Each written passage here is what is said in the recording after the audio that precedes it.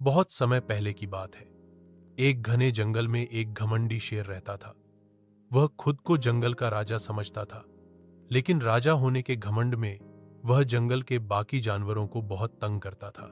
हर दिन वह किसी न किसी जानवर को शिकार करता, डराता और कहता, मैं राजा हूं, मेरी मर्जी ही कानून है।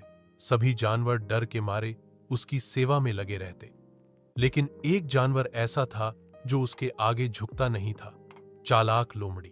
लोमड़ी ने देखा कि शेर हर दिन ज्यादा घमंडी और निर्दयी होता जा रहा है।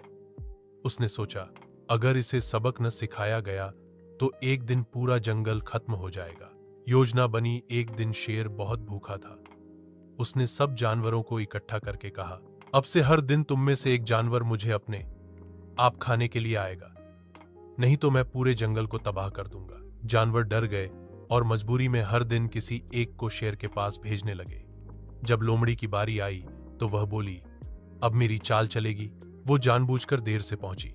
शेर भूख और गुस्से से तड़प रहा था। शेर गुर्राया, इतनी देर क्यों हुई? लोमड़ी बोली, महाराज, मैं तो समय से ही आ रही थी, लेकिन रास्ते में मुझे दूसरा शेर मिल गया।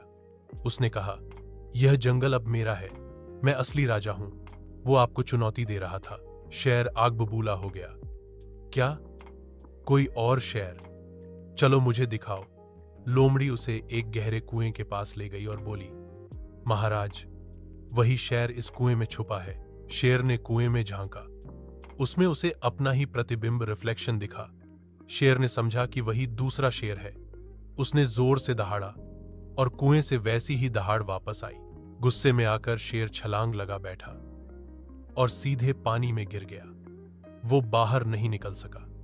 कुएं में गिरते ही शेर का घमंड भी टूट गया।